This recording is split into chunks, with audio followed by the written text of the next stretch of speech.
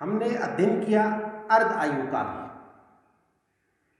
अब अध्ययन करेंगे एंड अर्ध आयु काल बीत जाए, स्मॉल एंड अर्ध आयु काल के पश्चात किसी रेडियोएक्टिव पदार्थ के प्रतिदर्श में विघटित नाभिकों की संख्या या अविघटित नाभिकों की संख्या तथा क्षय वक्र, यानी अब हम पढ़ेंगे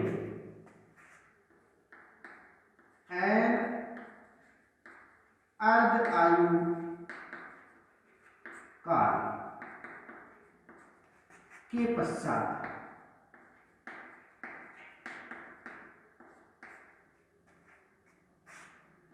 विघटित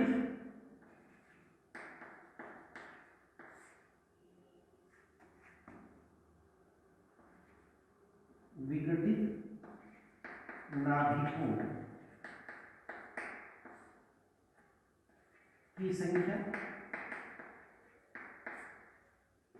तथा अविघटित यानी सक्रिय नाभिकों की संख्या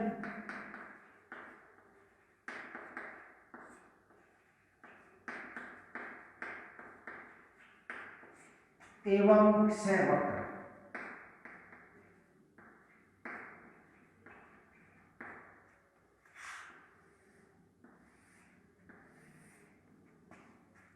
यदि किसी रेडियोएक्टिव पदार्थ के प्रतिदर्श में प्रारंभ में, जब समय t0 है, प्रारंभ में सक्रिय परमाणु या सक्रिय नाभिकों की संख्या n0 है। प्रारंभ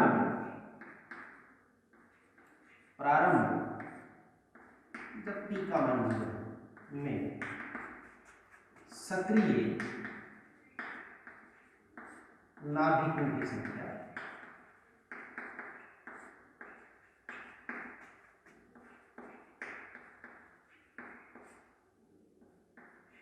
n0। अब यदि समय t1 अर्ध आयु काल के बराबर बीते, t हाफ के बराबर, समय स्मॉल t बराबर 1 अर्ध आयु काल के बराबर, कैपिटल T हाफ हो तो शेष सक्रिय या अविघटित नाभिक n बराबर, जो प्रारंभ में n0 थे उनका आधा शेष बचेगा, आधे विघटित हो जाएंगे, आधे शेष बचेंगे, n0/2। इसको अपन n0/2 भी लिख सकते हैं। अब यदि समय 1 अर्ध आयु काल के बराबर और बीत जाए, समय 2 अर्ध आयु काल के बराबर 2 × t हाफ, तो शेष सक्रिय नाभिकों की संख्या फिर इसकी आधी हो जाएगी, n बराबर n0/4, जिसको n0/2 भी लिख सकते हैं। इसके बाद 1 अर्ध आयु काल के बराबर समय और बीत जाए, यानी कुल मिलाकर 3 अर्ध आयु काल के बराबर समय बीत जाए, तो शेष सक्रिय या अविघटित नाभिकों की संख्या प्रारंभिक संख्या की फिर आधी हो जाएगी, n0 इसकी आधी n0/8, n0/4 की आधी n0/8, जिसको अपन n0/2 लिख सकते हैं। इसके बाद यदि 1 अर्ध आयु काल के बराबर और समय बीत जाए, कुल समय जो है वो 4 अर्ध आयु काल के बराबर बीत जाए, 4 × t हाफ, तो शेष सक्रिय नाभिकों की संख्या जो ये प्रारंभिक संख्या थी इसकी फिर आधी हो जाएगी, अर्थात n0/16, जिसको n0/2 लिख सकते हैं। तो इसी प्रकार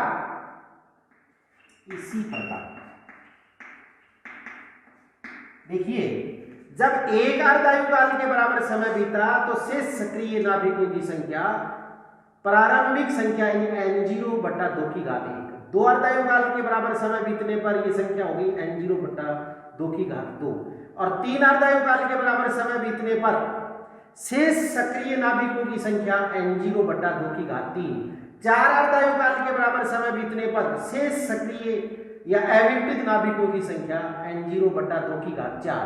तो इसी प्रकार यदि समय जो है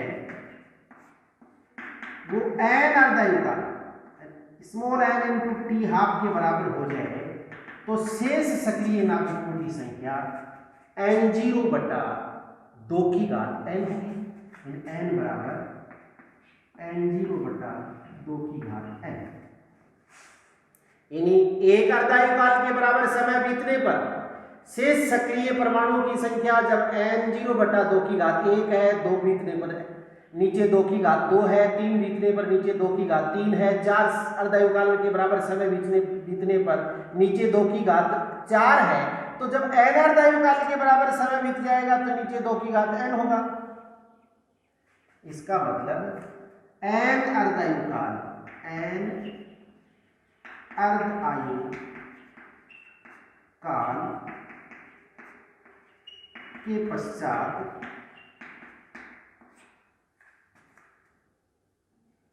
अविघटित यानी सक्रिय नाभिकों की संख्या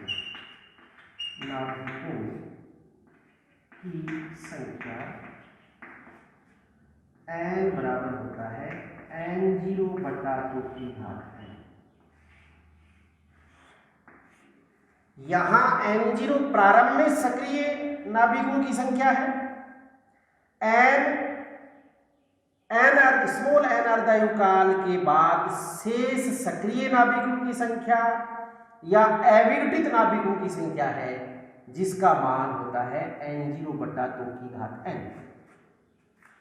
और n अर्धायु काल के पश्चात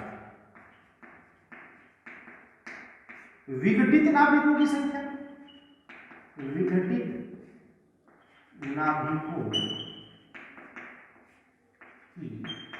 संख्या कितने विघटित हो गए? कुल नाभिक थे n0, उसमें से शेष रहे n0 बाई 2 की घात n। तो विघटित कितने हो गए? विघटित नाभिकों की संख्या, तो n0 में से ये संख्या माइनस कर देंगे। तो विघटित नाभिकों की संख्या को यदि अपन n डैश से व्यक्त करें तो इसका मान होगा n0 माइनस n0 बटा 2 की घात n। इसमें n0 यदि कॉमन ले लें तो 1 माइनस 1 बटा 2 की घात n। ये है विघटित नाभिकों की संख्या। n अर्धायुकाल के पश्चात अविघटित या सक्रिय नाभिकों की संख्या n बराबर n0 बटा 2 की घात n एवं विघटित नाभिकों की संख्या n डैश बराबर n0 माइनस n0 बटा 2 की घात n, यानी n0 को कॉमन ले लें तो 1 माइनस 1 बटा 2 की घात n, यानी अविघटित यानी शेष सक्रिय नाभिक कितने बचेंगे? n0 बटा 2 की घात n, और विघटित हो जाएंगे n0 इंटू 1 माइनस 1 बटा 2 की घात n। यदि शेष सक्रिय नाभिकों की संख्या को समय t के सापेक्ष आलेखित करें तो जो आरेख प्राप्त होता है वो कहलाता है क्षय वक्र, रेडियो एक्टिव पदार्थों का क्षय वक्र। किसी रेडियो एक्टिव पदार्थ के लिए शेष या अविघटित नाभिकों की संख्या को समय t के सापेक्ष आलेखित किया जाए तो प्राप्त आरेख उस रेडियो एक्टिव पदार्थ का क्षय वक्र कहलाता है, और ये इस प्रकार से प्राप्त होता है क्षय वक्र।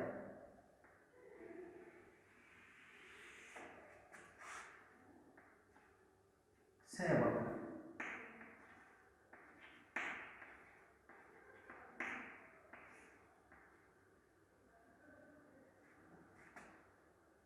अविघटित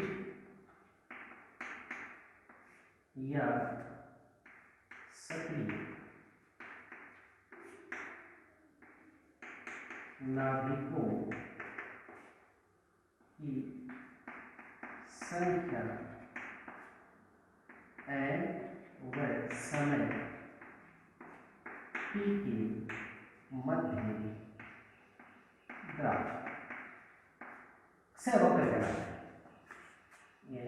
वाई एक्सिस पर ले अपन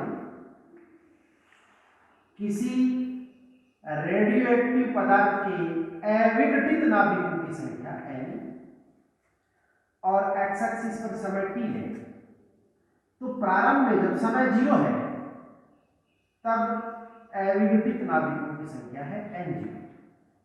उसके बाद जब एक अर्धायु काल के बराबर समय बीतता है t हाफ के बराबर, तो ये संख्या आधी शेष रहती है।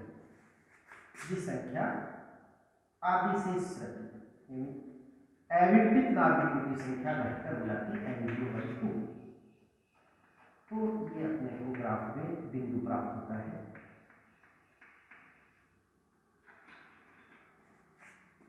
उसके बाद फिर एक अर्धायु काल के बराबर समय बीते t हाफ 2t हाफ, तो फिर ये संख्या उसकी आधी हो जाएगी, अर्थात ये संख्या शेष रहेगी n0/4।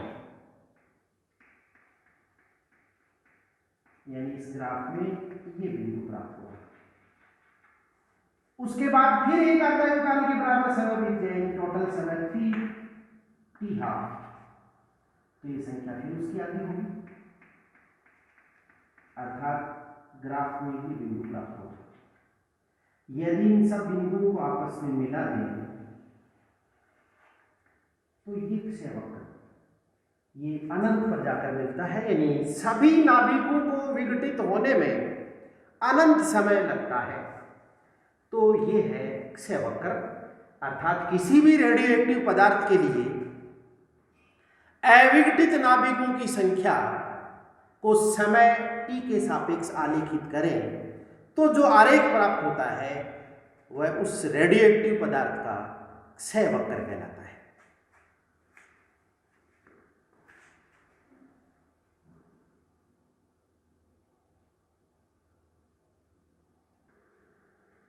अब हम पढ़ेंगे किसी रेडियोएक्टिव पदार्थ की माध्य आयु या औसत आयु।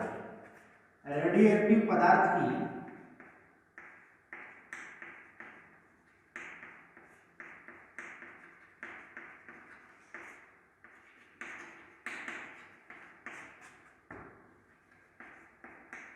माध्य आयु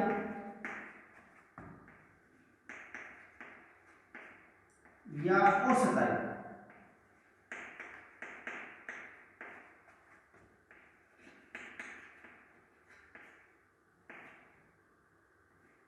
T0 से वेट करते हैं इसको।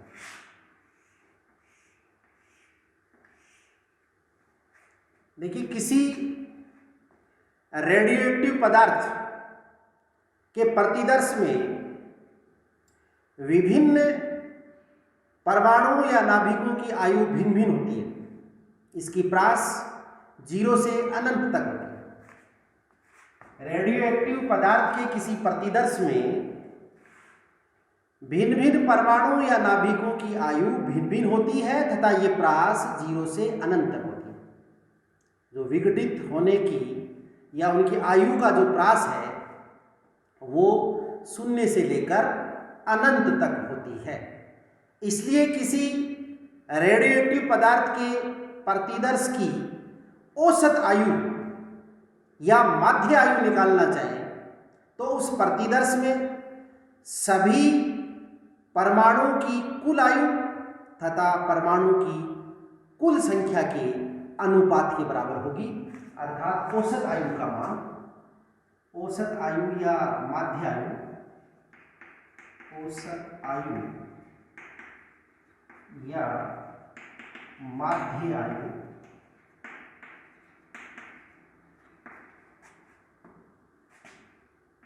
इक्वल टू सभी सक्रिय परमाणु या नाभिकों की कुल आयु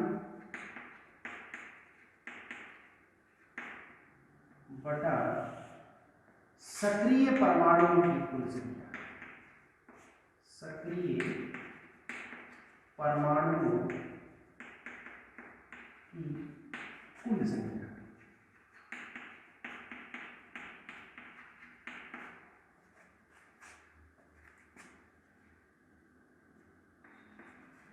इसको T0 से व्यक्त करें। सभी सक्रिय परमाणु, प्रतिदर्श में जितने सक्रिय परमाणु हैं उन सभी सक्रिय परमाणुओं की आयु का कुल योग S मान लें और सक्रिय परमाणु की कुल संख्या यदि N0 है तो T0 बराबर S/N0। ये होगी माध्य आयु या कोशिका। यदि प्रारंभ में समय जब T का मान 0, सक्रिय परमाणु N0 है, किसी समय T पर सक्रिय परमाणु N है तथा इसके पश्चात अति अल्प समय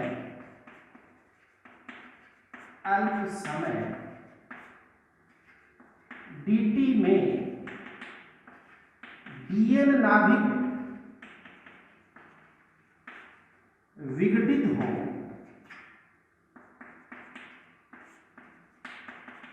तो समय dt इक्वल्स टू 0 है, अति अल्प समय, क्षणिक समय। तो इस क्षणिक समय में ये जो dn नाभिक विघटित हुए हैं, ये dn नाभिक का प्रत्येक का आयुकाल t समय है। प्रारंभ में N0 नाभिक थे और किसी समय t पर शेष सक्रिय नाभिक N है और उसके बाद इस क्षणिक समय में dn विघटित हो गए। तो जो ये dn नाभिक विघटित हुए हैं इनमें प्रत्येक का आयुकाल t है। तो dn नाभिकों या परमाणु की कुल आयु, प्रत्येक की आयु है t और संख्या dn, तो कुल आयु t गुणा dn। तो सभी N0 परमाणु या नाभिकों की कुल आयु, इसी का समाकलन करते हैं अपन 0 से N0 तक, t × dn। ये dn नाभिकों की कुल आयु है, t गुणा dn, क्योंकि परमाणु की कुल संख्या प्रारंभ में N0 है तो N0 नाभिकों की कुल आयु, इसी का समाकलन कर दें 0 से लेकर N0 तक, यानी समाकलन 0 से N0 t × dn। ये N0 परमाणु या नाभिकों की कुल आयु और इसमें सभी परमाणु की कुल संख्या का भाग दे दें, यानी ये S का मान, कुल आयु S का मान, समाकलन 0 से N0 t × dn। ये मान अपन इसमें रख दें तो माध्य आयु या औसत आयु का मान, माध्य आयु T0 बराबर 1/N0 समाकलन 0 से N0 t × dn। ये समीकरण नंबर 1 कहें, इसको समीकरण नंबर 2 कहें। क्योंकि चरघातांकी क्षय के नियम से dn/dt का मॉडुलस ये होता है λ/n, इससे अपन dn का मान λ/n × dn रख सकते हैं, ये dt रख सकते हैं। dt को उधर ले जाए तो dn का मान lambda into N into dt रख सकता है। यदि ये मान इसमें पुट कर दें तो t0 बराबर 1/n0 समाकलन स्मॉल t इंटू dn और dn का मान lambda into N into dt। यहां समाकलन का चर है n, यहां समाकलन का चर हो गया समय t के पदों में, और सभी नाभिकों को विघटित होने में अनंत समय लगता है, इसलिए समाकलन की सीमाएं होंगी 0 टू इन्फिनिटी, 0 टू अनंत। चरघातांकी क्षय के नियम से अपन ये जानते हैं कि किसी समय t पर शेष सक्रिय नाभिकों की संख्या होती है n बराबर n0 e की पावर माइनस लेमडा। यदि n का मान ये पुट कर दें तो औसत आयु या माध्य आयु का मान होगा 1/n0 समाकलन 0 to infinity small t into lambda, n का मान लिख सकते हैं n0 e की power minus lambda into t into dt। ये n का मान पुट कर दिया n0 e की power minus lambda into t। इसमें लेमडा और n0 को अपन समाकलन से बाहर निकालें, n0 into lambda upon n0 समाकलन 0 to infinity t into e की power minus lambda into t into dt।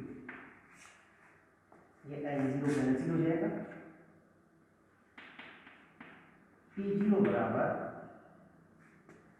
Lambda समाकलन 0 to infinity t into e की power minus lambda into t into dt।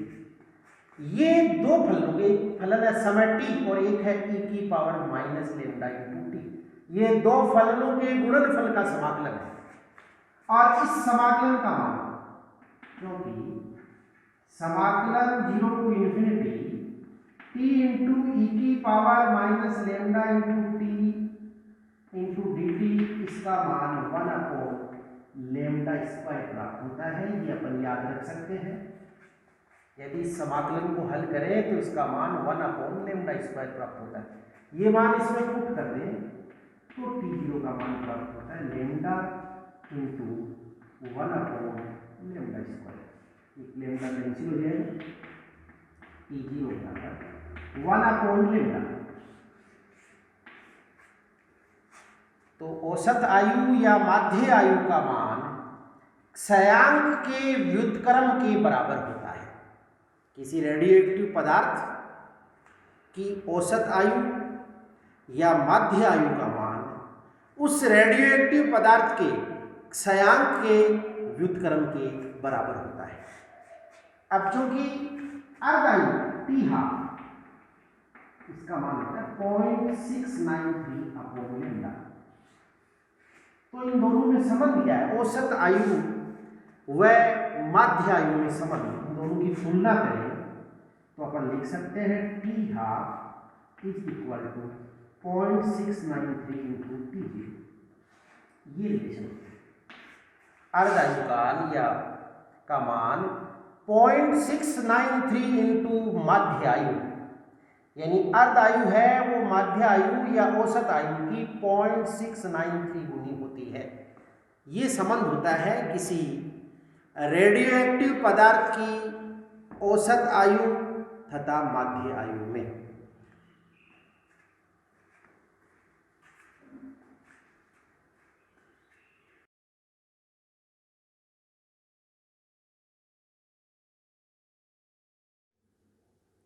हम पढ़ रहे हैं नाभिकीय भौतिकी।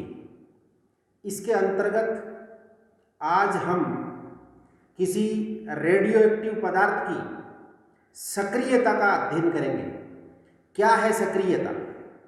किसी रेडियोएक्टिव पदार्थ की सक्रियता किसी रेडियोएक्टिव पदार्थ के प्रतिदर्श में एकांक समय में क्षयित होने वाले नाभिकों की संख्या, किसी रेडियोएक्टिव पदार्थ के प्रतिदर्श में एकांक समय में क्षयित होने वाले नाभिकों या परमाणुओं की संख्या या रेडियो एक्टिव पदार्थ के विघटन की दर अर्थात -dN/dt। यदि dt समय में dN नाभिक विघटित होते हैं तो विघटन की दर dN/dt, यहाँ ऋण चिन्ह, जैसे जैसे नाभिक विघटित होते हैं नाभिक सक्रिय नाभिकों की संख्या कम होती चली जाती है, तो उस कमी को व्यक्त करने के लिए यहाँ ऋण चिन्ह लगाया गया है। तो -dN/dt किसी रेडियो एक्टिव पदार्थ के विघटन की दर को ही सक्रियता कहते हैं और इसको कैपिटल A से व्यक्त करते हैं। अर्थात किसी रेडियो एक्टिव पदार्थ के प्रतिदर्श में एकांक समय में क्षयित होने वाले या विघटित होने वाले नाभिकों की संख्या या रेडियो एक्टिव पदार्थ के विघटन की दर को ही सक्रियता कहते हैं। इसे कैपिटल A से व्यक्त करते हैं। अर्थात सक्रियता A बराबर -dN/dt। लेकिन चरघातांकी क्षय के नियम से -dN/dt equal to lambda into n। यहाँ लेमडा रेडियो एक्टिव पदार्थ का क्षयांक है और n किसी समय t पर सक्रिय नाभिकों या परमाणु की संख्या है। तो चरघातांकी क्षय के नियम से विघटन की दर -dN/dt का मान होता है लेमडा इंटू n। तो विघटन की दर -dN/dt के स्थान पर लेमडा इंटू n प्रयुक्त करें तो रेडियो एक्टिव पदार्थ की सक्रियता A का मान प्राप्त होता है लेमडा इंटू n। यहाँ लेमडा रेडियो एक्टिव पदार्थ का क्षयांक है या क्षय स्थिरांक है और n किसी समय t पर उस रेडियो एक्टिव पदार्थ के सक्रिय नाभिकों की संख्या है। यानी सक्रियता ज्ञात करने के लिए उस रेडियो एक्टिव पदार्थ का क्षयांक ज्ञात होना चाहिए और किसी समय पर उस रेडियो एक्टिव पदार्थ के सक्रिय नाभिकों की संख्या n ज्ञात होना चाहिए। यदि लेमडा और n का मान ज्ञात होता है तो उस रेडियो एक्टिव पदार्थ की सक्रियता ज्ञात की जा सकती है। चरघातांकी क्षय के नियम से अपन ये भी जानते हैं, इस समीकरण का जो हल है n बराबर n0 e की power minus lambda into T. यहाँ n0 प्रारंभ में यानी सब जब समय t का मान 0 है सक्रिय नाभिकों की संख्या है, लेमडा क्षयांक है और n जो है वो किसी समय t पर शेष सक्रिय परमाणु की संख्या है या शेष सक्रिय नाभिकों की संख्या है। यदि n का मान समीकरण 2 से समीकरण 1 में प्रयुक्त कर दें तो सक्रियता A का फॉर्मूला आता है A बराबर लेमडा इंटू n0 e की power minus lambda into T. क्योंकि लेमडा इंटू n0 उस रेडियो एक्टिव पदार्थ की प्रारंभिक सक्रियता है। यदि इसको अपन A0 से व्यक्त करें प्रारंभिक सक्रियता को तो ये फॉर्मूला होगा A बराबर A0 e की power minus lambda into T. या A0 उस रेडियो एक्टिव पदार्थ की प्रारंभिक सक्रियता है, A किसी समय t पर शेष सक्रियता है, लेमडा उस रेडियो एक्टिव पदार्थ का क्षयांक है। यदि n अर्धायुकाल बीत जाए तो n अर्धायुकाल के पश्चात किसी रेडियो एक्टिव पदार्थ की शेष सक्रियता A का मान होता है A0/2n। ये अपन पीछे व्युत्पन्न कर चुके हैं इस फॉर्मूले को। यदि किसी रेडियो एक्टिव पदार्थ के प्रारंभ में सक्रिय परमाणु की संख्या n0 है तो n अर्धायुकाल के बाद शेष सक्रिय परमाणु की संख्या n बराबर n0/2n होती है। ठीक उसी प्रकार यदि n अर्धायुकाल बीत जाए तो किसी रेडियो एक्टिव पदार्थ की शेष सक्रियता के लिए भी वही फॉर्मूला अप्लाई होगा A बराबर A0/2n। यहाँ A0 उस रेडियो एक्टिव पदार्थ की प्रारंभिक सक्रियता है और n अर्धायुकाल स्मॉल n अर्धायुकाल के पश्चात शेष सक्रियता है। तो इस प्रकार n अर्धायुकाल के पश्चात शेष सक्रियता भी ज्ञात की जा सकती है। अब सक्रियता ज्ञात करने के लिए अपने को दो मानों की आवश्यकता होती है। किसी समय t पर उस रेडियो एक्टिव पदार्थ के सक्रिय परमाणु या नाभिकों की संख्या और रेडियो एक्टिव पदार्थ का क्षयांक। मोल अवधारणा के अनुसार रेडियो एक्टिव पदार्थ या रेडियो एक्टिव तत्व की द्रव्यमान संख्या किसी रेडियो एक्टिव पदार्थ या रेडियो एक्टिव तत्व की द्रव्यमान संख्या के बराबर ग्राम में मात्रा ले ली जाए। यदि द्रव्यमान संख्या को अपन कैपिटल M से व्यक्त करें तो उस रेडियो एक्टिव पदार्थ की मात्रा कैपिटल M ग्राम ले ली जाए, यानी द्रव्यमान संख्या के बराबर ग्राम में मात्रा ले ली जाए, तो उस रेडियो एक्टिव पदार्थ के नाभिकों की संख्या एवोगैड्रो संख्या 6.023 गुणा 10 की घात 23 होती है। तो यदि किसी रेडियो एक्टिव पदार्थ की स्मॉल m ग्राम मात्रा ली जाए, तो उस स्मॉल m ग्राम मात्रा में उस रेडियो एक्टिव पदार्थ के सक्रिय परमाणु या नाभिकों की संख्या इस फॉर्मूले से ज्ञात कर सकते हैं। यदि कैपिटल M ग्राम मात्रा ली जाए, द्रव्यमान संख्या के तुल्य ग्राम में मात्रा ले ली जाए, तो उस रेडियो एक्टिव पदार्थ के सक्रिय नाभिकों की संख्या 6.023 गुणा 10 की घात 23 होती है। और 1 ग्राम मात्रा ली जाए तो 6.023 गुणा 10 की घात 23 बटा कैपिटल M, और स्मॉल m ग्राम मात्रा ली जाए तो सक्रिय परमाणु की संख्या n बराबर 6.023 गुणा 10 की घात 23 upon capital M into small m होगी। यहाँ कैपिटल M उस रेडियो एक्टिव पदार्थ की द्रव्यमान संख्या है और स्मॉल m उस रेडियो एक्टिव पदार्थ की ग्राम में मात्रा है। यहाँ स्मॉल m का मान ग्राम में प्रयुक्त किया जाएगा। यदि किसी अन्य मात्रक में दिया हुआ है तो उसको ग्राम में परिवर्तित करके प्रयुक्त करना है इस फॉर्मूले में, समीकरण 5 में, तो n का मान ज्ञात हो जाएगा। उस रेडियो एक्टिव पदार्थ के सक्रिय परमाणु या सक्रिय नाभिकों की संख्या ज्ञात हो जाएगी।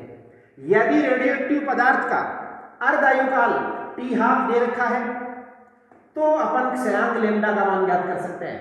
क्षयांक लैम्डा बराबर होता है 6.693 अपॉन t½ और यदि औसत आयु या माध्य आयु दी हुई है t0 तो क्षयांक लैम्डा बराबर 1 अपॉन t0। तो क्षयांक का मान ज्ञात करने के लिए या अर्धायुकाल दिया हुआ होगा या उस रेडियो एक्टिव पदार्थ की औसत आयु या माध्य आयु दी हुई होगी। इस जानकारी के आधार पर क्षयांक लैम्डा का मान ज्ञात करेंगे। क्षयांक लैम्डा और उस समय सक्रिय परमाणु की संख्या या नाभिकों की संख्या ज्ञात होने पर इस समीकरण 1 का उपयोग कर उस रेडियो एक्टिव पदार्थ की सक्रियता ज्ञात की जा सकती है। सक्रियता का मात्रक क्या होता है? सक्रियता का मात्रक ऐसा ही मात्रक होता है विघटन प्रति सेकंड। 1 सेकंड में विघटित होने वाले परमाणु या नाभिकों की संख्या को सक्रियता कहते हैं। तो ऐसा ही मात्रक होता है विघटन प्रति सेकंड। इसको बेकेरेल भी कहते हैं विघटन प्रति सेकंड को। अन्य मात्रक क्यूरी, मिली क्यूरी या रदरफोर्ड इनका उपयोग भी करते हैं। क्यूरी, मिली क्यूरी या रदरफोर्ड 1 ग्राम रेडियम की सक्रियता 3.7 गुणा 10 की घात 10 विघटन प्रति सेकंड होती है। इसको 1 क्यूरी मान लिया गया। इसका मतलब 1 क्यूरी होता है 3.7 गुणा 10 की घात 10 विघटन प्रति सेकंड। 1 मिली क्यूरी 3.7 गुणा 10 की घात 7 विघटन प्रति सेकंड। और एक अन्य मात्रक रदरफोर्ड भी है। एक रदरफोर्ड होता है 10 की घात 6 विघटन प्रति सेकंड। तो देखिए 1 मिली क्यूरी को अपन 3.7 गुणा 10 की घात 7 विघटन पर सेकंड कह रहे हैं। यदि इस 3.7 दशमलव को हटाएं तो इसको 37 गुणा 10 की घात 6 विघटन पर सेकंड कह सकते हैं। और 10 की घात 6 विघटन पर सेकंड का मतलब होता है 1 रदरफोर्ड।